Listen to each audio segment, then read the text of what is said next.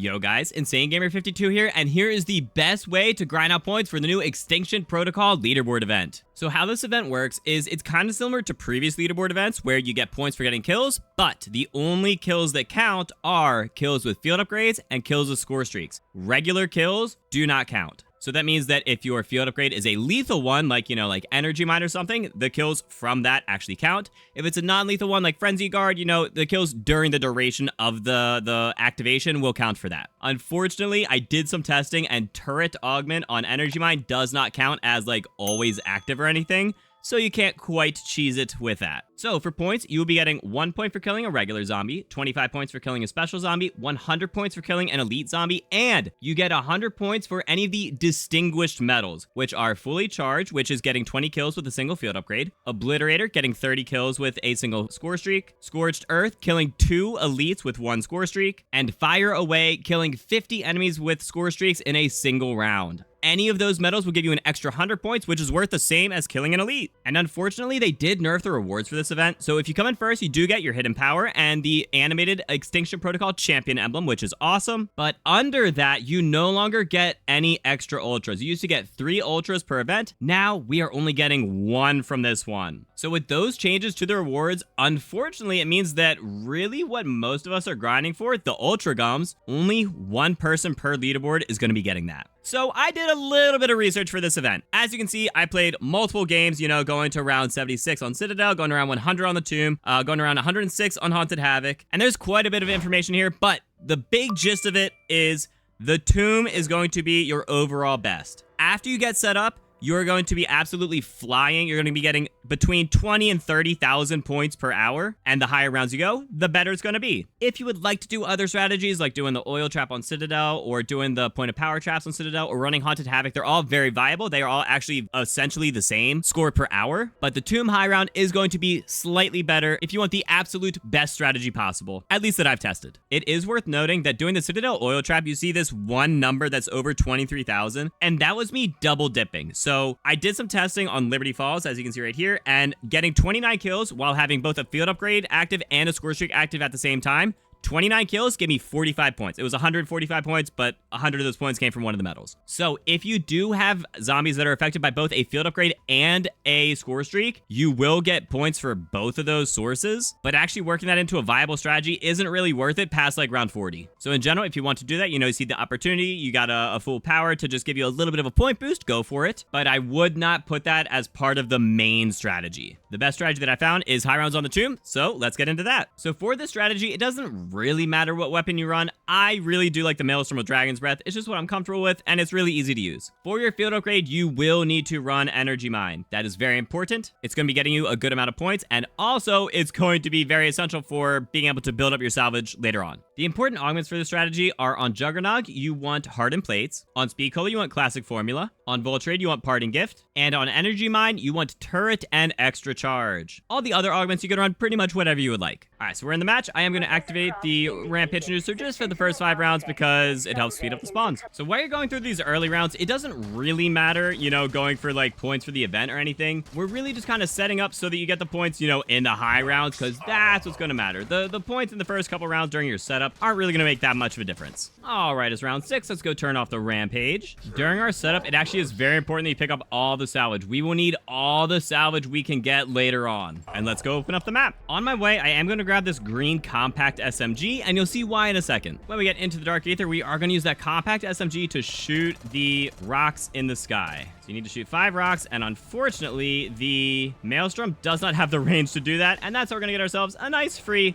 Cryo Freeze and Pack-a-Punch. Just save 5,000 points. Now we're going to move the lanterns to the correct spot so we can go do the murals. Go ahead and shoot the Roman numerals. Go ahead and do our little lockdowns. Grab the first part of the staff and grab the second piece. Now we're going to head to the Dark Aether, and you want to make sure to keep both doors to stamina up closed. That is going to be very important for later on. I'm going to build the ice staff, and if you have your energy mines, feel free to use them. They are going to help you a lot. And there we go, ice staff built. So my trick for when you have to freeze the crystals to do part of the upgrade upgrade step for the ice staff is find where the crystal is in the quick revive room and go as far back in the speed cola room as you can while still being able to see it. Go ahead and shoot it. And when you get the hit marker, you know you are good to move on to the second crystal, which will be in this room right here. And finally, the last crystal will be where we left it in front of the mural by Deadshot. If you do that, you should have absolutely no trouble at all doing this every single time without fail. Then go shoot our symbols. And when the door closes to one of the portals, if it is the yellow portal going over to stamina, you do have to open one of the doors, obviously. Open the top door coming from Death Perception. Keep that bottom door going down to Quick Revive closed. That will help immensely with the strategy later, just so you can get as many points as possible in the high rounds. Go shoot our symbols. And you'll know you shot the right symbols if you see them on the ground in front of the portal. If you did it wrong, just flip the round and you'll be able to do it again. Interact with the orb. And all you have to do for this step is stay near the orb. You do not need any kills at all. You could get a grand total of 0 kills using like Aether Shrouds and Idolize and stuff, and it'll be fine as long as you and any of your teammates stay near the orb. It does look like kills matter because, you know, souls are going towards it, but it's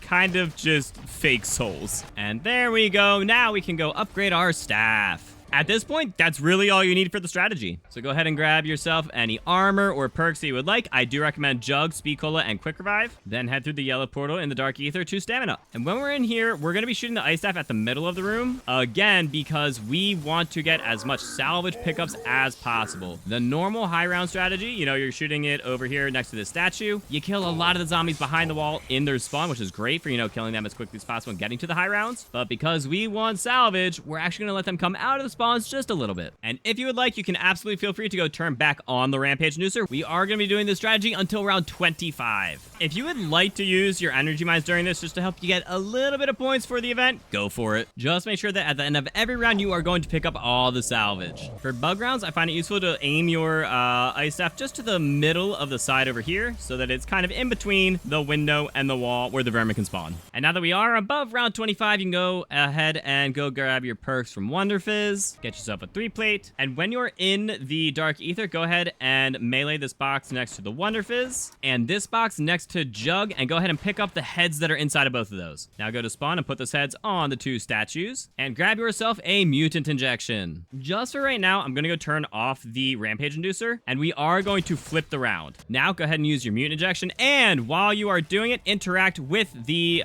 statue to go ahead and start the Blood Ritual for the Golden Armor. And the reason that we flip the round is actually because we're in a score streak right now. We're in a Mutant Injection, and we're going to be killing these elites right here, which will count as one of the medals. But also, there's going to be a bunch of zombies around, so it's just to help you get a little extra points towards the event because we're now in another full round. So we're going to kill all the zombies around us as well because we flipped the round. You can do this anywhere above round 26, and 1 Mutant Injection will be able to work. There are other strategies. This one's just going to kind of be the easiest, and it's also going to get you some points towards the leaderboard because you are in a score streak. Once you finish that Blood Ritual, go ahead and get yourself another Mutant Injection, and do the same thing up top where you use your Mutant Injection, go start the Blood Sacrifice, and once you complete it, you will be able to pick up your Golden Armor from the wall right at the top of spawn. And at this point, go ahead and turn Rampage on. We're going to keep that on for the rest of the game. At this point, you can also feel free to shoot the Waterfalls with either the Ice Staff or your Cryo Freeze weapon to go get yourself a Legendary tool since we are above round 21, and triple pack your weapon. It doesn't really matter because we're going to be using the Ice Staff, but it doesn't hurt to have a Legendary triple pack. And now for the rest of the game, we are going to be over here in the Stamina Up room, and we are going to be shooting our Ice Staff right below the statue to kind of speed through the rounds. And whenever you get an Energy Mine, you're going to put it right in front of you. The Energy Mine will not be getting every single kill, but it'll be constantly shooting and getting enough kills. And the bigger part of the strategy is you want to be picking up every single piece of salvage in between rounds so that you can absolutely spam Mutant Injections later on. Anytime you do have an Energy Mine, feel free to use it anytime after you shot your 9-shot or your 6-shot, not after you shoot your 3-shot, because then you have to reload and, you know, then you'll be using an Energy Mine and reloading, and you just, you know, have to have perfect timing after that to keep your Ice Staff shot up the whole time. So it's just a little easier if you don't do it on your final shot. I am going to advise against picking up insta-kills because when you do that, that means your Ice Staff is going to be, it's already insta-killing all the zombies, but it's going to be insta-killing all the specials and elites that are also behind the wall coming from the spawn. And that just means that your Energy Mines aren't getting those kills, and that's just less points that you'll be getting. In between rounds, you can feel free to go run next to the 2 mimics that are going to be over here, just so that you can activate them and, you know, have your Energy Mines take take them out for a couple extra points. And if you're ever out at the beginning of a round, just go ahead and shoot where you normally shoot before getting into your spot, just so you know you're safe and covered, and then you can get in here without the zombies coming out of the spawn right next to your feet. You can only have 3 energy mines out at a time, so when you use your 4th one, it will actually delete the oldest one, which is totally fine because that just means you still have enough energy mines on the field that you don't have to worry. And once you have enough salvage, at least over 10,000, go ahead and grab yourself a mutant injection, and feel free to use it right here, right in this doorway right here.